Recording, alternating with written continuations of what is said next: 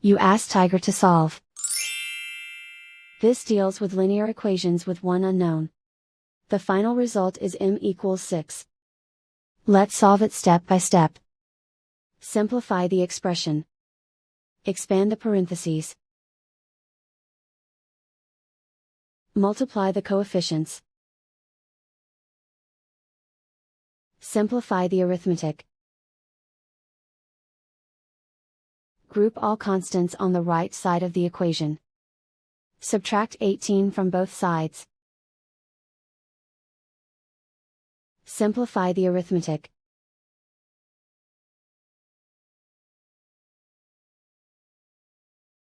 Isolate the m. Divide both sides by 18. Simplify the fraction.